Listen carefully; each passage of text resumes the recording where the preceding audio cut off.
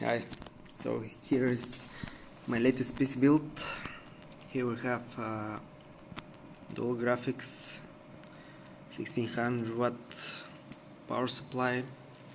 Of course, for this PC, this is at least we can do. So this is the specification.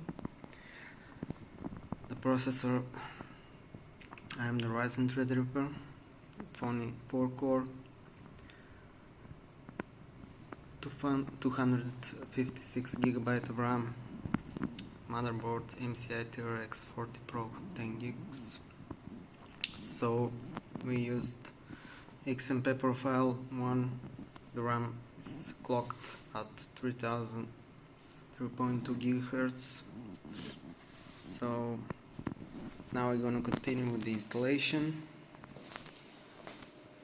and see what's gonna happen.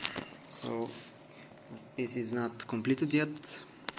The PC is Cooler Master Trooper.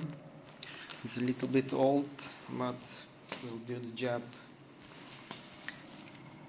So only I didn't like that the two graphic cards are very close one to each other, so the second one gonna have a limited airflow, but I hope that these two fans will provide a little bit extra airflow from the side